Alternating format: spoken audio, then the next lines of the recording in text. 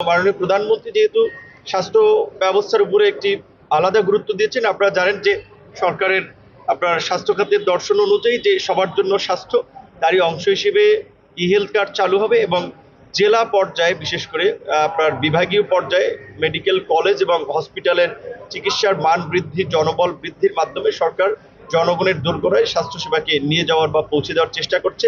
তারই অংশ হিসেবে আমাদের মন্ত্রী এমপি তাদেরকে স্পেশালি হসপিটালগুলোর দায়িত্ব দিচ্ছে যে যাতে এর পরিবেশের উন্নতি করা যায়। যেটা আসলে একেবারেই সীমিত অবকাঠামো এবং জনবল নিয়ে একটা বিশাল জেলার লোকজনকে তারা চিকিৎসা সেবা দিচ্ছে। বিশেষ করে এখানে 250 শয্যা বিশিষ্ট একটি হসপিটাল রয়েছে, কিন্তু এখানে প্রতিদিন অ্যাভারেজ রোগী হয় 800 থেকে 900। তাদের সাথে আপনার দেখা যায় 2-1 জন করে অ্যাটেন্ডেন্স থাকে।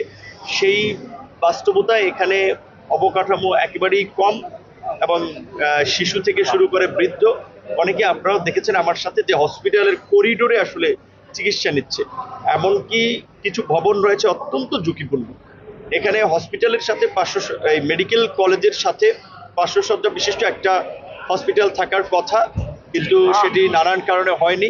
250 শয্যা বিশিষ্ট একটি হসপিটাল হয়েছে। আমাদের প্রচেষ্টা থাকবে যে মেডিকেল কলেজের জন্য জেলা হসপিটালের বাইরে আলাদাই একটা পূর্ণাঙ্গ 500 শয্যা বিশিষ্ট হসপিটাল।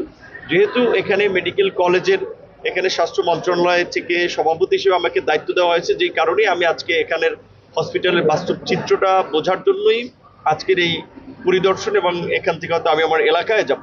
এখানে আসলে প্রকৃত অর্থে এটা অত্যন্ত দুঃখজনক যে শুধুমাত্র পটুয়াখালী নয়, বাংলাদেশের আপনারা বিভিন্ন বিশেষ করে জেলা উপজেলা হসপিটালের চিত্র যদি দেখবেন 2/3 মেডিকেল অফিসার আপনার এখানে পদ আছে কিন্তু তারা কর্মরত নাই।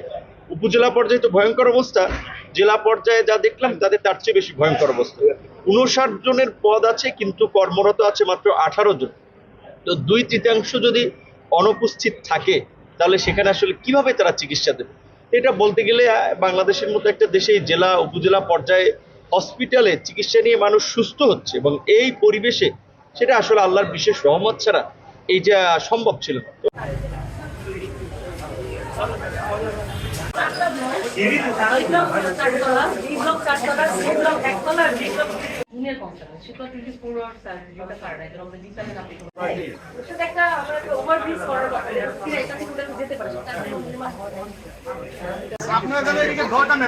আসুন না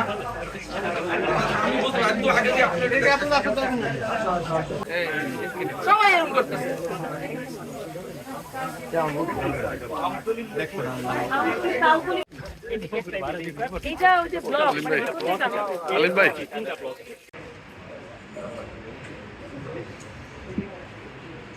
বিভাগীয় প্রধান, অধ্যাপক, সহযোগী অধ্যাপক, সহকারী অধ্যাপক